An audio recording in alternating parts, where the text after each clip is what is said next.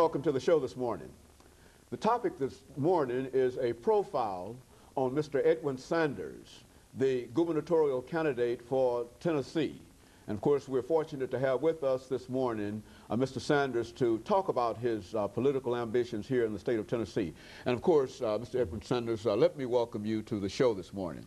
Dr. Haney, thank you very much for having me. It's an honor to be here. And to tell you how delighted we are to have you here to talk about some of the things that you've been involved in for the last many years before you became involved in politics. But let's start off, Reverend Mr. Sanders, by giving you an opportunity to talk about your background, your education, and some of the things that were important in terms of eventually leading you to this particular seat, and to talk about your gubernatorial candidacy. Let's start it off by giving you an opportunity to do that. Well, thank you very much. Actually, I'm a native of Tennessee. I was born in Memphis. After my first 18 months, though, my parents moved to Lebanon, Tennessee. My father was a United Methodist minister, and he was actually fairly upwardly mobile in the Methodist Church. And you know, in the Methodist Church, if you're upwardly mobile, that means you move every 2 years. Thank you. So we managed to live all over the Central South, and even not only in Tennessee, but in Arkansas as well. So we were in Lebanon, then in McMinnville, then Nashville, then Little Rock, Arkansas, then Pine Bluff, Arkansas. And then my dad died when I was just 11 years old. My mother decided it was best for us as a family to go back to Memphis, where really the nucleus of our family was. And we went back there, and I graduated from Melrose High School in 1965, right there in Memphis. But you know, it's been a tremendous experience for me, because one of the things that I have a real sense of familiarity with is the entire state of Tennessee, and actually rural living, urban living, small town living as a result of moving around a lot.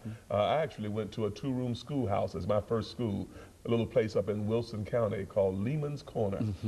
And my mother was actually one of the teachers there, but that was where I started my educational experience. But then was able, like I said, to graduate from a fine inner city high school, Melrose High School, which prepared me extremely well. I went from there on to Connecticut, to Wesleyan University, where I studied as an undergraduate. Was really very fortunate to have that experience. It happened to be one of those points in history when the windows of opportunity was just opening for African Americans to go to universities in the Northeast that historically we had not been present in any significant numbers. And that opportunity then allowed me to be able to experience a number of other learning situations that were very beneficial to me. I actually went from Wesleyan to Yale Divinity School. I did not graduate from Yale Divinity School, but I was really blessed to be able to matriculate there, to have the experience, the exposure, and to begin my theological education there.